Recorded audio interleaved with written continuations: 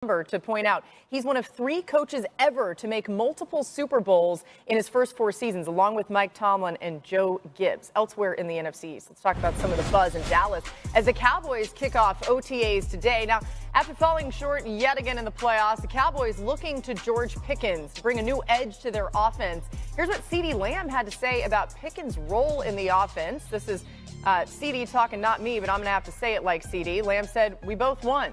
It ain't no A, B, none of that. It's one. You look over there, you see one. You look over here, you see another one." So what you got to do with that? Basically, he's saying they're both really good. All right, aside from acquiring Pickens, the Cowboys also brought in Dante Fowler Jr., Solomon Thomas, Javonte Williams, and Miles Sanders as free agents. Then they had a great draft. They got Tyler Booker, who's expected to start at right guard. That's key. Pass rush specialist Donovan Ezeraku, corner Siobhan Ravel Jr., and running back Jayden Blue out of Texas. It's a who's who when it comes to the draft and some of these great additions that they've made in the offseason. So that's big. But when we talk about all these things, I think the main one, right, is George Pickens. So, Peter, what do you make of those comments from CeeDee Lamb about both of them kind of being ones? I loved it. And I'll say this. I've spoken to Cowboys sources over the last 2 weeks since that trade has been made. It makes a lot of sense when you talk to them bringing in Pickens. He's 24 years old. He hasn't even scratched the surface of what he can be. He's going into the final year of a contract, so he's going to be motivated financially. And there's this albatross around his name that he's this like cancer in the locker room where they don't see it that way. And they've spoken to people in Pittsburgh. Now, with their immaturity, of course, we've documented it well. Late to practice, late to game, all that stuff.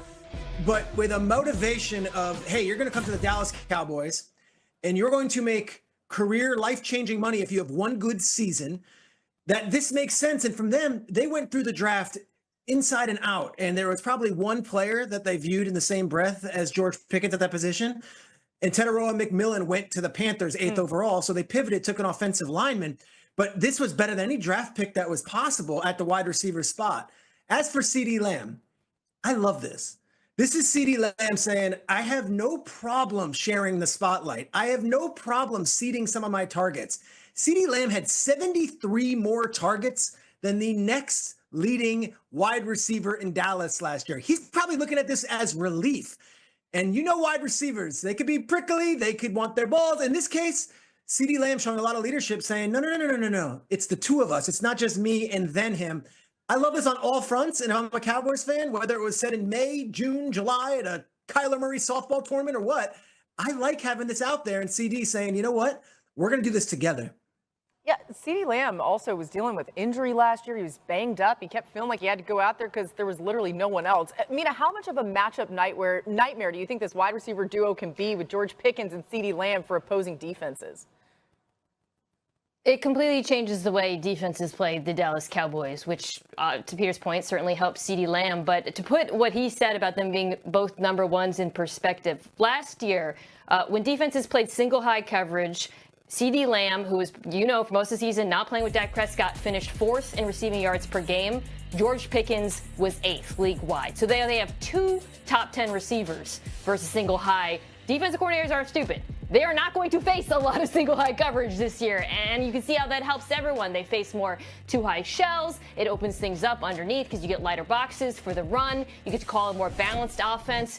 You just see a trickle-down effect not only for Lamb, but for the other receivers, the tight ends, and the run game as well. So I think the net effect for everybody is going to be positive. Yeah, listen, I think that we probably all agree, like his talent is undeniable and his ability to win one-on-one matchups, contested catch guy, ability for big plays down the field. It's really incredible. George Pickens, I think in many regards, kind of put himself, in the upper echelon of receivers in terms of his ability to do those things. To me, this all comes down to not CeeDee Lamb's unselfishness, because I would agree with you both on, CeeDee's posture with this all. It's really about George Pickens. How is he going to be? Is he going to be a guy that he's okay when the ball isn't coming his way? Is he going to be, the type of teammate and even leader that you want on your team? Because he has not been that in Pittsburgh. Typically speaking, teams don't trade away super talented guys, let them leave their organization when they're young.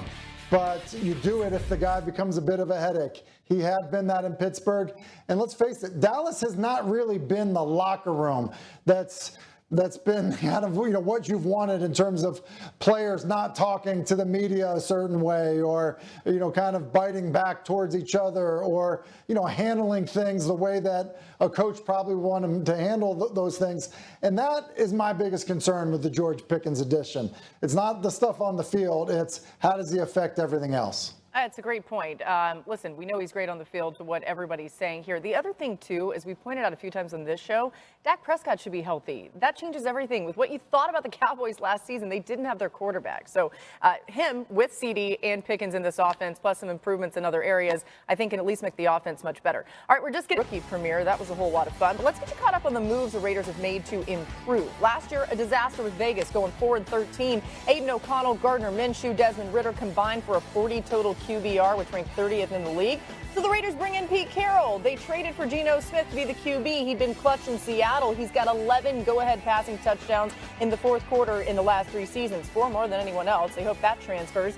And then Vegas added their running back in the draft, taking Ashton Genty, 6 overall. Vegas averaged just 3.6 yards per rush in 2024, the franchise's lowest since 1994, and that definitely figures to increase with Genty coming to town. There's a lot to be excited about with this roster for the Raiders. What do you expect to see from them, this new look offense with the Raiders this season?